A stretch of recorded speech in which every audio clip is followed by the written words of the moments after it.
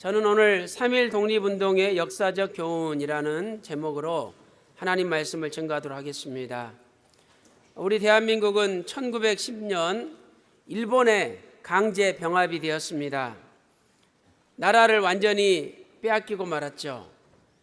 그때 우리의 말도 쓸 수 없고 글도 쓸 수 없고 우리 문화도 송두리째 일본에게 빼앗기고 말았습니다.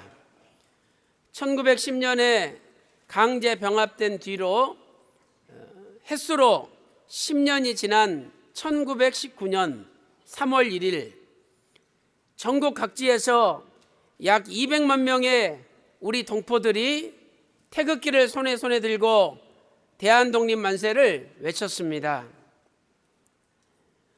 올해는 3.1 독립운동 98주년이 되는 해가 되겠습니다. 우리 대한민국이 친북, 종북 세력들 때문에 나라가 분열의 위기에 또한 흔들리는 위기 가운데 있습니다. 그러나 오늘 대한민국을 지키신 하나님께서 이 나라 이 민족 절대 버려두지 아니하시고 지금부터 앞으로 영원토록 우리 대한민국을 지켜주실 줄로 믿습니다. 원로 목사님께서는 대한민국의 안보와 또 대한민국의 미래를 생각하시고 근현대사 시리즈 4권을 집필하셨습니다. 지금 국정교과서가 많은 사람들의 반대로 다 써졌는데도 실제로 가르치지 못하고 있지 않습니까? 오늘 원로 목사님께서 쓰신 근현대사 시리즈가 신령한 국정교과서가 되어서 대한민국의 올바른 민족혼을 심어줄 줄로 믿습니다. 저는 오늘 원로 목사님께서 저술을 하신 근현대사 시리즈 제1권 구한말부터 일제강점기까지 원로 목사님께서 저술을 하신 책을 중심으로 해서 3.1 독립운동이 우리나라 역사적으로 어떤 의미가 있는지 3.1 독립운동의 역사적 교훈에 대해서 살펴보도록 하겠습니다. 첫 번째로 3.1 독립운동은 민족 자결주의와 고종의 서거가 기폭제가 되었습니다. 3.1 독립운동의 기폭제가 무엇입니까? 바로 민족 자결주의 그리고 고종의 서거가 기폭제가 되었던 것이죠. 3.1 독립운동의 사상적인 기폭제는 바로 민족 자결주의입니다. 미국의 윌슨 대통령은 제1차 세계대전이 끝나고 1918년 민족 자결주의를 선포하였습니다. 민족 자결주의가 무엇일까요? 그 나라의 운명은 그 민족 스스로 결정해야 된다. 그 나라의 운명을 다른 민족이 간섭할 수 없다. 이것이 바로 민족 자결주의입니다. 이 민족 자결주의는 많은 열강들에게 지배를 받고 있었던 약소 민족들에게 민족의 소망이 되고 용기가 되었던 것이죠. 이 민족 자결주의가 선포되자 전 세계에 흩어져 있는 대한민국 동포들에게 큰 용기가 되었습니다. 먼저 미국에 있는 해외 동포들이 우리도 민족 자결주의에 의거하여 우리 조선 대한민국을 독립시켜야 된다라고 생각하면서 모금운동을 했습니다. 그리고 이승만 박사를 파리에서 열렸던 민족 강화회의에 파송을 해가지고 대한민국의 독립의 당위성을 선포하기 시작했던 것이죠. 또한 이러한 운동은 일본으로 전파가 되었습니다. 일본에 약 600여 명의 유학생들이 있었습니다. 그들은 조선 독립청년단을 조직했어요. 조선 독립청년단. 그리고 우리가 이 일본의 수도 도쿄 한복판에서 대한독립을 선언해야 되겠다. 그래서 2월 8일 1919년 2월 8일 날 오늘날 일본의 YMC 건물에 모여가지고 독립을 선언했습니다. 그때 기록을 보니까 백관수라는 유학생이 독립선언문을 낭독했어요. 그리고 김도연이라는 유학생이 결의문을 낭독했습니다. 이때 일본 경찰은 27명을 체포하고 참석했던 모든 유학생들을 강제 진압하여 해산시켰죠. 저는 작년에 일본의 도쿄에서 구속사 세미나를 했는데 바로 28 독립선언이 이루어졌던 그 YMC 건물에서 구속사 세미나를 했습니다. 저는 그 편말을 보면서 28 독립선언이 여기서 선포되었다는 편말을 보면서 하나님의 은혜 가운데 바로 이 장소에서 구속사 세미나가 일어난 것이 이게 우연이 아니구나. 이제 이곳에서 대한독립 만세가 외쳐진 것처럼 앞으로 이곳을 통해서 구속사의 말씀이 일본 전역에 퍼져가겠구나 하는 확신을 얻었습니다. 이렇게 28 독립선언은 다시 거꾸로 대한민국의 3.1 독립운동, 3.1 만세운동의 기폭제가 된 것이죠. 이렇게 전 세계적으로 독립운동의 씨앗들이 싹트고 있을 때 이 독립운동의 실제적인 계기가 된 것, 화약에다가 이 불을 붙인 사건이 바로 고종의 서거 사건입니다. 조선의 마지막 황제였던 고종 황제는 1919년 1월 21일 날 오전 6시에 67세의 나이로 서거하였습니다. 일본 경찰은 고종 황제가 뇌출혈로 죽었다 이렇게 거짓으로 이야기를 했습니다. 그러나 전 나라에 이건 뇌출혈이 아니라 일본이 독살한 것이라는 소문이 퍼지기 시작했습니다.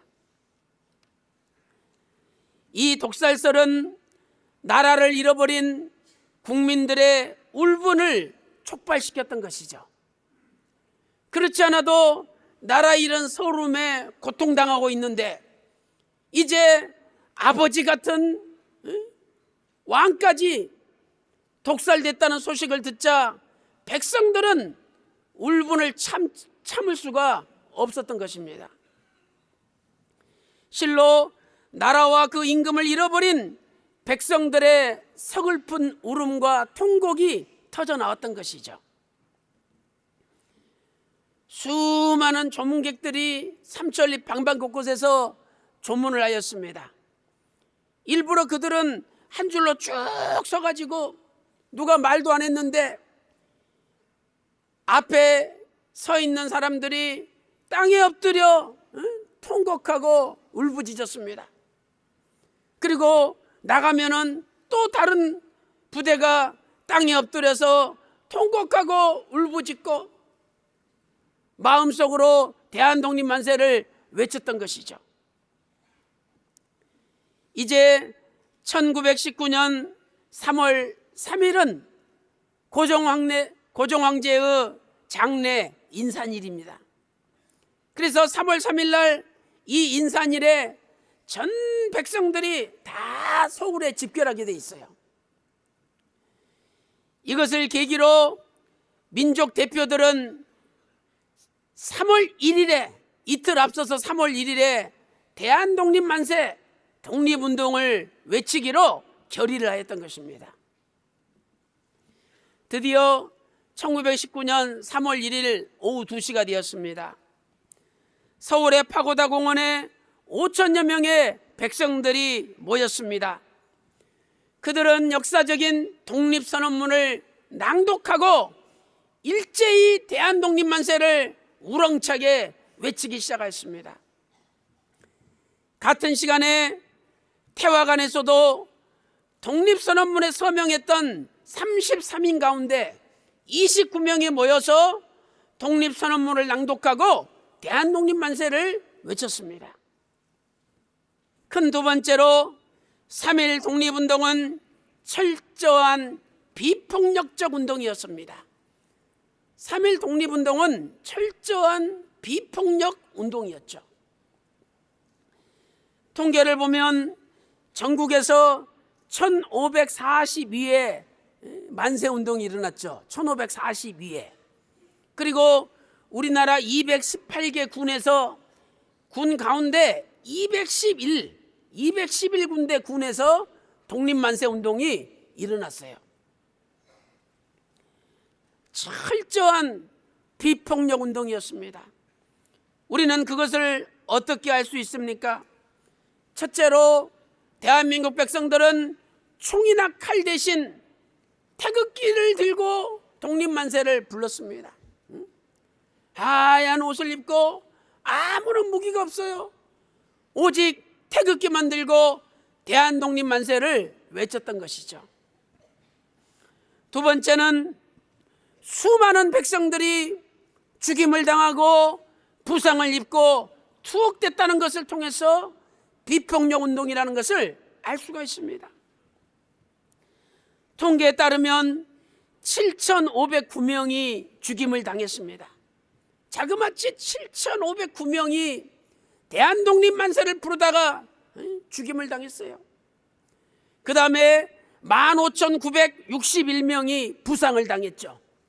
15,961명이 팔이 잘리고 다리가 잘리고 손가락이 잘리고 부상을 당했어요. 그리고 46,948명이 감옥에 투옥됐다라고 기록하고 있습니다. 감옥에 들어가는 사람만 5만 명 가까이 돼요. 46,948명.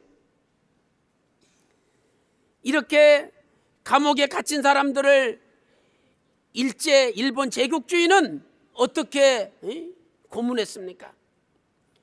송진우라는 사람 애국자가 있었는데 완전히 빨가벗겨가지고 캄캄한 감옥 속에 집어넣었잖아요. 그리고 굶주린 개들을 집어넣어가지고 다 살을 뜯어먹게끔 만들었어요.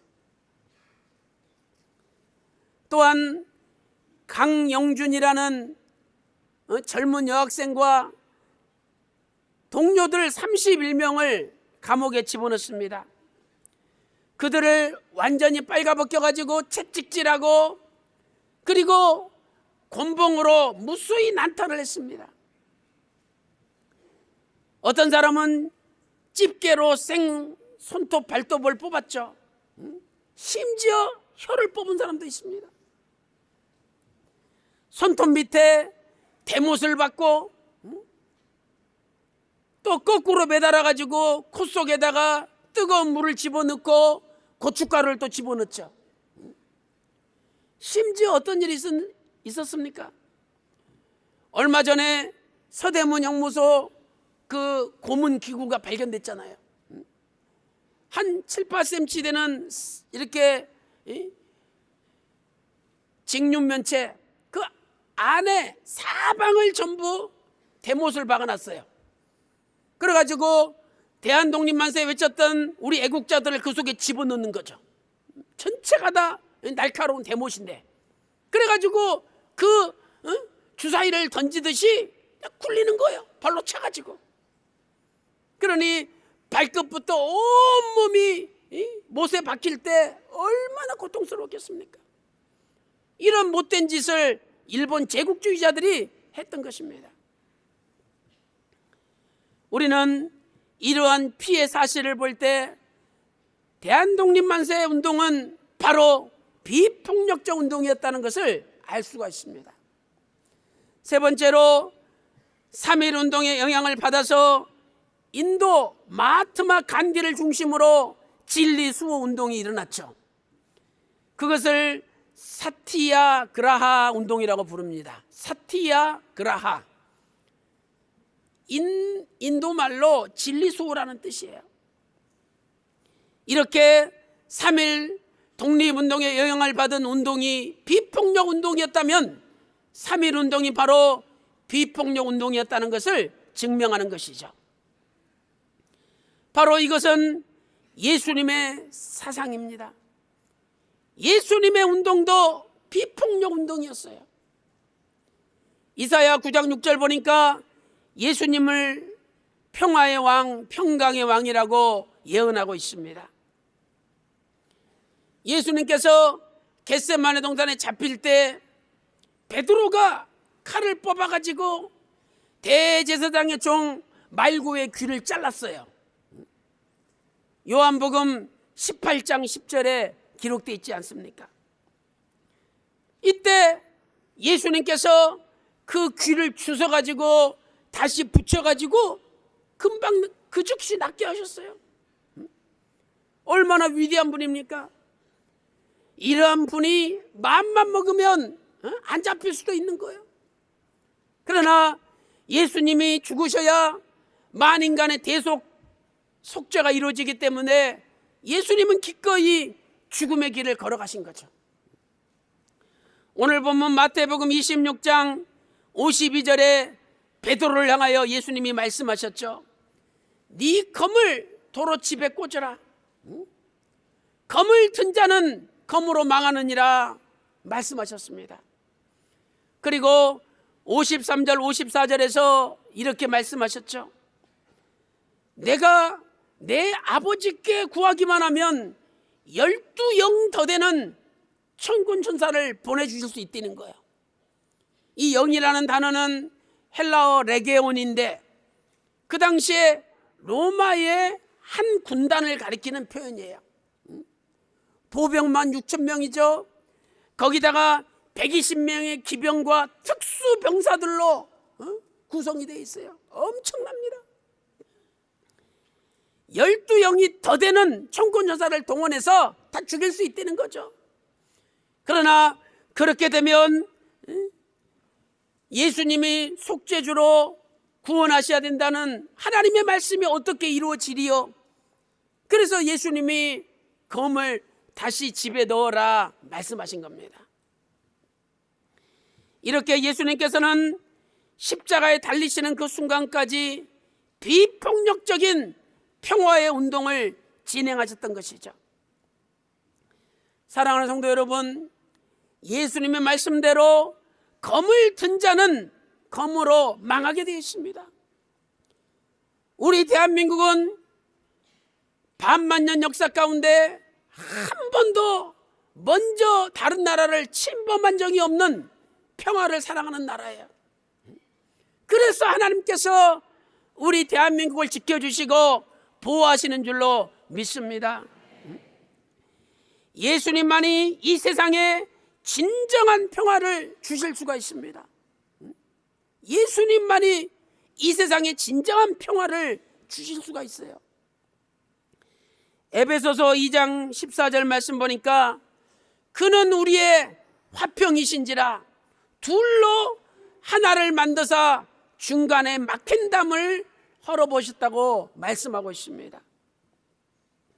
유대인들은 이방 사람은 사람 취급도 안 했어요. 오늘 저와 여러분도 그럴 때 많이 있잖아요.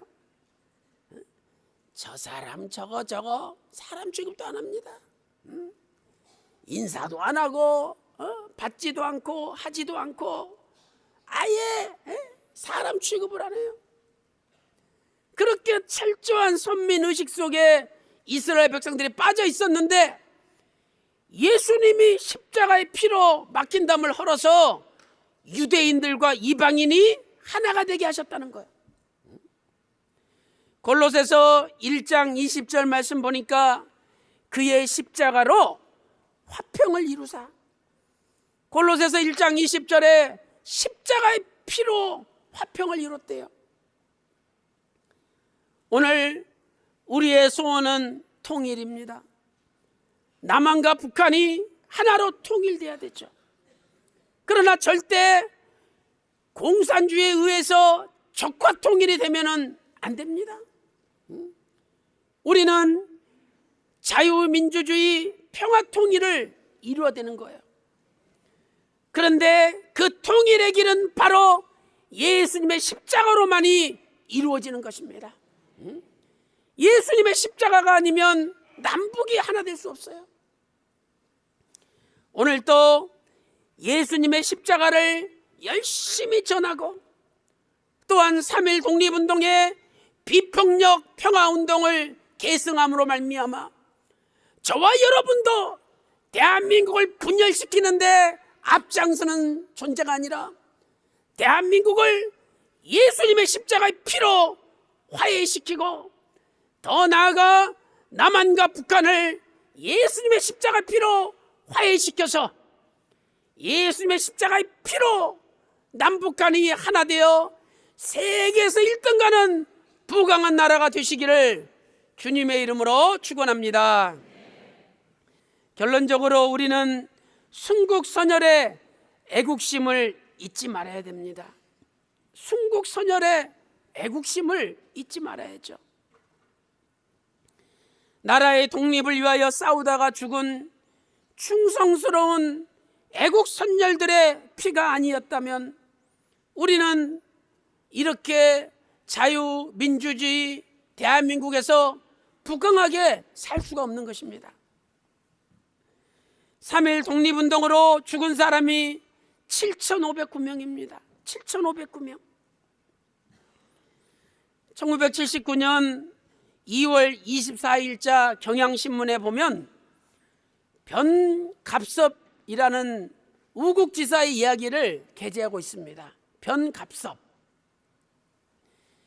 이분이 1919년 4월 4일 3.1 독립운동에 가담을 했죠. 창원군 진전면 양전리 일대의 주민 약 600명이 손에 태극기를 들고 대한독립만세를 외쳤습니다. 앞에 지산교라는 다리가 있는데 그 다리 저쪽에는 일본 경찰이 총을 겨누고 있고 다리 이쪽에는 600명의 우리 백성들이 대한독립만세를 외치는 거예요. 그때 맨 앞에 섰던 김수동 씨가 대한독립만세를 외치고 앞으로 나가다가 총에 맞아 쓰러졌습니다. 그때 바로 변갑섭 이 우국지사가 뛰어들어서 김수동 씨가 흘린 태극기를 다시 집어들고 대한독립만세를 외쳤어요. 그랬더니 일본 경찰이 달려들어가지고 1m가 넘는 죽도로 오른팔을 확 잘라버렸습니다. 그랬더니 변갑섭 애국지사가 왼팔로 다시 떨어진 태극기를 붙잡고 대한독립만세를 외쳤어요. 그랬더니 일본 경찰이 또 왼팔을 잘랐어요. 그래도 그 태극기를 몸으로 붙잡으면서 대한독립만세를 또 외쳐요. 그러니까 일본 경찰이 달라들어가지고 수십 명이 칼로 찔러가지고 현장에서 죽이고 말았습니다. 참으로 눈물겨운 이야기가 아닙니까? 이렇게 자신의 생명을 바쳐서 대한독립만세를 외친 우리 조상들이 있었기 때문에 오늘날 대한민국이 건재하는 것입니다. 그날 일본 경찰은 8명을 총으로 쏴 죽이고 22명을 부상을 입혔다라고 기록하고 있습니다. 참으로 자랑스러운 대한민국의 애국자들입니다. 이들의 희생이 없었다면 오늘날 대한민국이 존재할 수가 없는 것입니다. 실로 3.1 독립운동은 살아있는 민족의 저력을 전 세계 만방에 알렸던 위대한 사건입니다. 실로 3.1 독립운동은 대한민국이 자주 독립국가임을 만방에 외쳤던 위대한 사건입니다. 신명기 32장 7절에 옛날을 기억하라 하나님께서 말씀하셨습니다. 오늘 3.1운동 98주년을 맞이하여 저와 여러분의 마음속에도 애국애족의 뜨거운 사랑이 활활 불타올라가서 앉으면 나라와 민족을 걸머쥐고 기도하는 백성이 되어서 우리의 기도가 대한민국의 병거와 마병이 되어서 하나님께서 저 일본, 미국, 러시아, 중국과 같은 열방에 둘러싸여 있는 자그마한 나라, 허리가 두둥강 나서 분단된 유일한 대한민국을 도와주심으로 앞으로 대한민국이 세계 1등가는 부강한 나라가 되어서 우리 대한민국을 통해서 구속사의 말씀이 전 세계 열방에 전파될 줄로 믿습니다. 하나님께서는 고린도전서 1장 25, 26절에 나는 약한 자를 들어서 강한 자를 부끄러게 하신다 그랬어요. 왜 대한민국에 구속사의 말씀이 임하였습니까? 대한민국이 가장 약한 나라이기 때문에 하나님은 이 나라를 통해서 전 세계에 하나님의 강하심과 위대하심을 알리기 원하시는 것입니다. 오늘 또 3.1 독립운동 98주년을 맞이하여 변갑섭 애국자와 같이 나라를 위해서 생명을 바쳐 충성하는 진정한 애국자가 다 되시기를 주님의 이름으로 축원합니다. 사랑하는 성도 여러분, 3월 1일부터 2017년 3월 1일부터 4월 15일까지는 사순절 주간입니다. 사순절은 예수님이 십자가 달리시고 부활하시기 전까지 예수님이 걸어가신 그 40일의 발자취를 우리가 따라가는 거예요. 그래서 회개와 갱신과 절제를 통해서 예수님의 고난의 발자취를 우리가 체험하는 것이죠. 야, 또 사순절이야. 어떻게 이거 힘든 고난을 우리가 이겨내냐? 이렇게 억지로 지키려면은요 지킬 수가 없는 거예요. 그러나 분명히 고난 뒤에 부활의 영광이 있다는 것을 바라보면서 하나님 사순절 은혜 가운데 승리할 수 있는 하나님의 은혜, 시편 31편 19절처럼 쌓아두신 한량없는 은혜를 쏟아부어 달라고 기도하면 하나님께서 은혜 주실 때 능히 감당할 수 있는 거예요. 부디 바라옵기는 사순절 주간에 음주, 가무, 세상 오락 이거 다 하지 마시고 절제하시고 그리고 성경 읽고 기도하고 또 전도하고 경건과 거룩의 삶을 사는 가운데 이번 사순절을 통해서 하나님께서 여러분을 보시고 여러분 가정에 부활의 영광이 임함으로 지금까지 안 되던 사업이 다시 일어나고 아팠던 병이 다 고침받고 모든 문제가 해결되는 승리의 사순절 다 되시기를 주님의 이름으로 축원합니다.